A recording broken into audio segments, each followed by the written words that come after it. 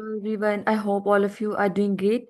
Basically आज की class में हम देखेंगे कि टाइपोग्राफी क्या होती है। ठीक है, हमने टाइपोग्राफी को डिटेल से पढ़ना है और उसको समझना है। ठीक है, तो सबसे पहले हमने देख लेना है typography. Typography is the art and technique of arranging text so that it is readable, clear and visually appealing. ठीक है, जब हम CSS का करते हैं ना, तो अपनी वेबसाइट की स्टाइलिंग वगैरह करते हैं, तो हमने ना उसमें ख्याल करना है ये टाइपोग्राफी को हम किस तरह यूज़ करते हैं। फर्स्टली हम टाइपोग्राफी का मतलब समझ लेते हैं। टाइपोग्राफी ना एक टेक्निक है कि हम अपने टेक्स्ट को किस तरह अरेंज करते हैं। फॉर एग्जांपल, कोई भी वेबसाइट हमने बनानी है या हमने वेब पेज बनाना है, तो अब ये डिज़ाइनर के ऊपर है कि वो उसको कितने अच्छे से डिज़ाइन करता है। ठीक है, अगर उसमें वो अच्छे से डिज़ाइन करेगा ना, तो ताकि वो ना इजी टू यूज़ हो, रीडेबल हो और विजुअली अट्रैक्टिव और अपीलिंग हो। ठीक है, अगर उसकी बैड टाइपोग्राफी होगी ना, तो कोई भी ऑडियंस या यूज़र ना हमारी वेबसाइट वेब पेज को यूज़ नहीं करेंगे। ठीक है, लेकिन अगर उसकी टाइपोग्राफी अच्छी होगी, उसमें डिज़ाइनर ने अच्छे से यूज़ किया होगा, जहाँ उसने हेडिंग यूज़ करनी है वहाँ उसने हेडिंग यूज़ की होगी, जहाँ पैराग्राफ यूज़ करना है वहाँ पैराग्राफ यूज़ करना होगा, तो मतलब ऐसे किया होगा ना, उसने टाइपोग्राफी को यूज़ करके स्टाइल किया होगा। तो उससे ये होगा कि उससे एक अच्छा इंप्रेशन पड़ेगा हमारी वेबसाइट का, और लोग ज़्यादा से ज़्यादा हमारी वेबसाइट को ना यूज़ करना पसंद करेंगे।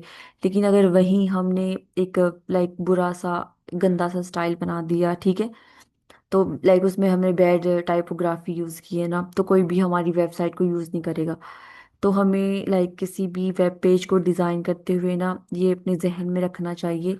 सबसे पहले हमने ना उसका अच्छे से डिज़ाइन एक फिग्मा स्केच बना लेना चाहिए कि हमने कितना टेक्स्ट यूज करना है।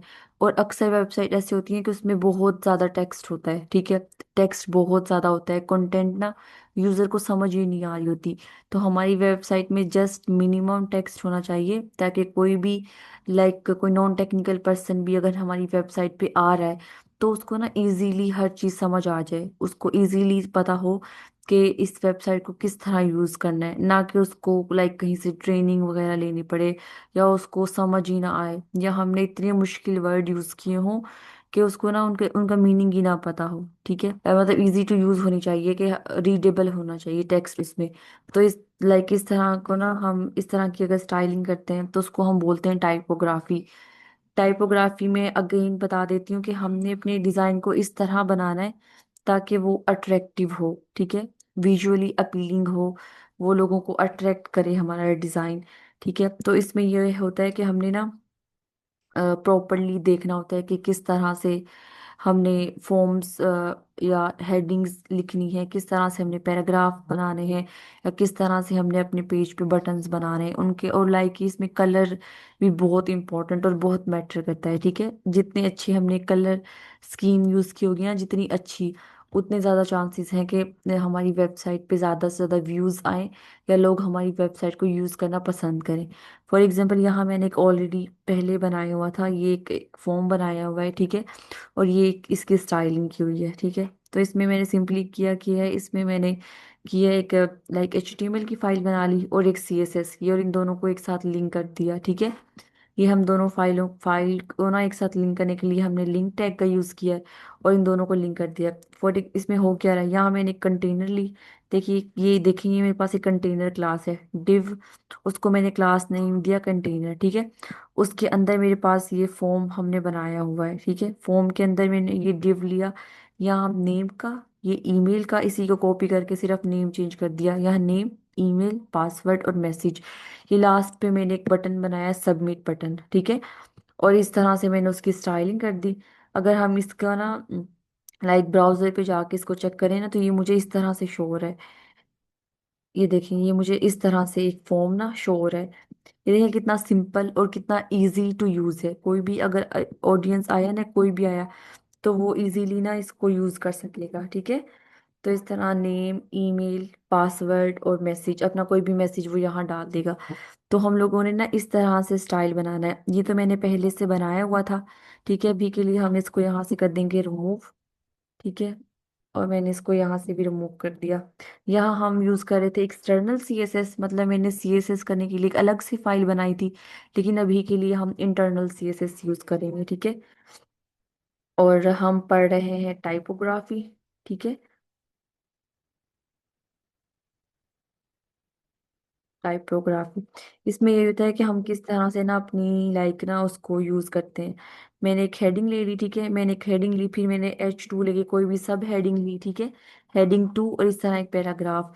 ये है कि हमने सीक्वेंस वाइज चीज़ों को यूज करना है, ये नहीं करना कि हमने कहीं पैराग्राफ, फॉर एग्जाम्पल मैं यहाँ, अगर ये मेरे पास है ना, मैं इसकी आउटपुट जाके चेक करती हूँ, ठीक है। ये मुझे हो रही है शो इसकी आउटपुट, ठीक है, ये मुझे आउटपुट शो गई है इसकी। ये एक मेन हेडिंग है, फिर सब हेडिंग है, और देन टेक्स्ट है हमारे पास, ठीक है। लेकिन अगर मैं इसी को इस तरह से कर दूं कि मैं ये पैराग्राफ को ऊपर लिख दूं और मैं ना हेडिंग को नीचे लिख दूं, ठीक है, फॉर एग्जाम्पल मैं ऐसे करके लिख दूं, इस तरह करके अगर मैं लिखूँ ना, तो ये देखिए मुझे ये कोई भी मतलब सेंस नहीं बनती कि मैंने पैराग्राफ ऊपर लिख दिया और जो मेरी मेन हेडिंग है ना वो मैंने नीचे लिख दी। तो हमने डिजाइन करते हुए ना इन प्रिंसिपल्स को फॉलो करना है, हमने ऐसे डिजाइन नहीं करना, ठीक है। तो ये हमने इन चीज़ों का ख्याल करना है, तो यही हम बेसिकली इसी को हम बोलते हैं टाइपोग्राफी, ठीक है। फॉर एग्जाम्पल मैंने अब ये बना दिया, ठीक है। इसके बाद मैं ले लेती हूँ बटन, ठीक है, बटन के अंदर मैं लिख देती हूँ सबमिट, ठीक है, बटन सबमिट लिख देती हूँ। और इस तरह करके ना हमने देख लेना है। अभी के लिए हम यूज करेंगे इंटरनल सीएसएस, उसके लिए हमने यहाँ यूज किया स्टाइल टैग का, ठीक है। स्टाइल टैग का यहाँ अब मैंने मतलब बॉडी है ना, मेरी बॉडी को मैंने पहले से मैंने सोच लेना है कि मैंने कौन सा फ़ॉन्ट यूज़ करना है। फॉर एग्जांपल हम यहाँ फ़ॉन्ट फैमिली यूज़ करेंगे sans serif। ये एक प्रोफेशनल है और काफ़ी ज़्यादा ना मतलब सिंपल है, हमने इसको यूज़ करना है। मैंने बॉडी को ये दे दिया, ठीक है। और इसके अलावा हम इसमें मार्जिन पैडिंग इजीली अप्लाई कर सकते हैं, ठीक है। और मैं उसको फ़ॉन्ट साइज़ भी बता सकती हूँ, मतलब फ़ॉन्ट साइज़ जो हमारा टेक्स्ट है ना, वो ना ज़्यादा लाइट होना चाहिए ना ज़्यादा बोल्ड होना चाहिए। मतलब मैंने भी अभी के लिए इसको 16 बना दिया। और इसके अलावा मैं ना लाइन हाइट यूज़ कर सकती हूँ। लाइन हाइट, अब जैसे हमें नाम से भी पता चल रहा है कि ना ये डिफरेंट जो हमारी लाइंस होती हैं ना, उनमें स्पेसिंग के लिए हम यूज़ करते हैं लाइन हाइट, ठीक है। मैंने भी ये यूज़ किया। फिर हम ले लेंगे अपनी H1 को। H1 है ना, मैंने उसको अपना लाइक कलर दे देना है। फॉर एग्जाम्पल मैं उसका कलर अभी करना चाह रही हूँ, ये मैं ना ब्लू करना चाह रही हूँ, ठीक है, इसका कलर मैंने चेंज कर दिया। और हम, ठीक है, फिर इसी तरह मैंने अपने H2 को देख लेना है। H2 का कलर मैं कर देती हूँ अभी ग्रीन, ठीक है। इस तरह मैंने H2 का कलर ग्रीन कर दिया। और देन मैंने अपना पैराग्राफ लेना है, पैराग्राफ को मैंने स्टाइल कर देना है, ठीक है। पैराग्राफ को स्टाइल करना है, हमने इसका कलर ग्रे कर देना है, ठीक है। आप लोग कुछ भी कर सकते हो, ठीक है। और इसका ना मैं, ये हमारी बॉडी है ना, मैं इस बॉडी का बैकग्राउंड कलर भी चेंज कर देती हूँ, ठीक है, ताकि ये अच्छा दिखे। मैंने बैकग्राउंड कलर लिया, ठीक है। और हम इसके ना कोई एक प्रोफेशनल सा कलर दे देते हैं, ठीक है।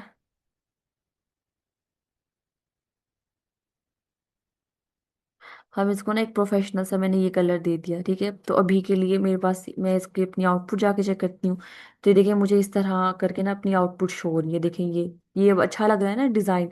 अभी तो हमने बिल्कुल सिंपल बनाया है, लेकिन अगर हम इस तरह करके डिज़ाइन करते हैं ना, तो ये विजुअली अट्रैक्ट कर रहा है, ठीक है। जब मैंने ये डिज़ाइन नहीं की थी, फॉर एग्जाम्पल मैंने भी यहाँ से ना, ये मेरी सारी स्टाइलिंग है, ठीक है, मैं इसको यहाँ से हटा लेती हूँ। देन मेरी आउटपुट देखें, अब मुझे इस तरह से हो रही है आउटपुट शो। लेकिन अगर मैंने वही अपनी अप्लाई कर दी CSS, ठीक है, तो अब मेरी आउटपुट देखें, ठीक है, ये मुझे इस तरह से अपनी आउटपुट शो हो रही है, ठीक है। अभी मैंने अपना बटन है, हमने अपने बटन को भी स्टाइल कर लेना है, ठीक है। तो ये मेरा बटन है, इसको मैंने बटन को लिया, ठीक है। और ना ये, सॉरी, बटन, और ये मैंने ना इसमें बैकग्राउंड कलर ले लिया और मार्जिन और बॉर्डर अप्लाई कर दिया, ठीक है। कर्सर पॉइंटर है, कर्सर पॉइंटर ये है कि हम जिस तरह जैसे इसके ऊपर कर्सर लेके जाएंगे ना, ये मुझे हैंड, देखिए हैंड शो हो रहा है इस तरह करके। ये देखिए यहाँ एरो है, लेकिन जैसे मैं बटन के ऊपर लेके गई कर्सर पॉइंटर, अभी मैं इसको ना बॉर्डर रेडियस भी अप्लाई कर देती हूँ, ठीक है। अभी मैंने यहाँ ना बॉर्डर रेडियस, ठीक है, बॉर्डर रेडियस में अभी के लिए कर देती हूँ 12 पिक्सल, करके देखते हैं कि अच्छा लगता है कि नहीं, ठीक है। अभी मैंने 12 पिक्सल के इस तरह, ठीक है। हम इसमें और ज़्यादा भी कर सकते हैं, फॉर एग्जांपल मैं यहाँ कर लेती हूँ 20 px, जब मैंने डोंट पीएक्स किया मुझे इस तरह से अपना बटन शो हो रहा है, ठीक है। इस तरह करके हमने अपनी स्टाइलिंग करनी है ताकि जो हमारी वेबसाइट है ना वो अट्रैक्ट करे, विजुअली अपीलिंग हो। सो इसी तरह इसी को हम बोलते हैं लाइक टाइपोग्राफी। और टाइपोग्राफी के कुछ बेसिक एलिमेंट्स यही हैं कि हमने फ़ॉन्ट फैमिली देखना है, फ़ॉन्ट साइज, लाइन हाइट देखना है, बैकग्राउंड कलर हमने चेक करना है। और ये सारी चीज़ें ना मतलब किस तरह हम अपनी वेबसाइट को ज़्यादा अच्छी लाइक डिज़ाइन करके बना रहे हैं ना, ताकि ज़्यादा से ज़्यादा लोग हमारी वेबसाइट पे आए। बेसिकली किसी भी वेबसाइट को बनाने का मेन मकसद यही होता है कि वो लोगों को मतलब हमारी जो वेबसाइट पे ना ज़्यादा ऑडियंस आए। या अगर हम किसी लाइक ई कॉमर्स की वेबसाइट बना रहे हैं तो हमारी ज़्यादा सेल हो, यही मेन पर्पस होता है हमारा। तो that's it for today's video. I hope so आपको आज आप लोगों को आज की वीडियो अच्छी लगी होगी।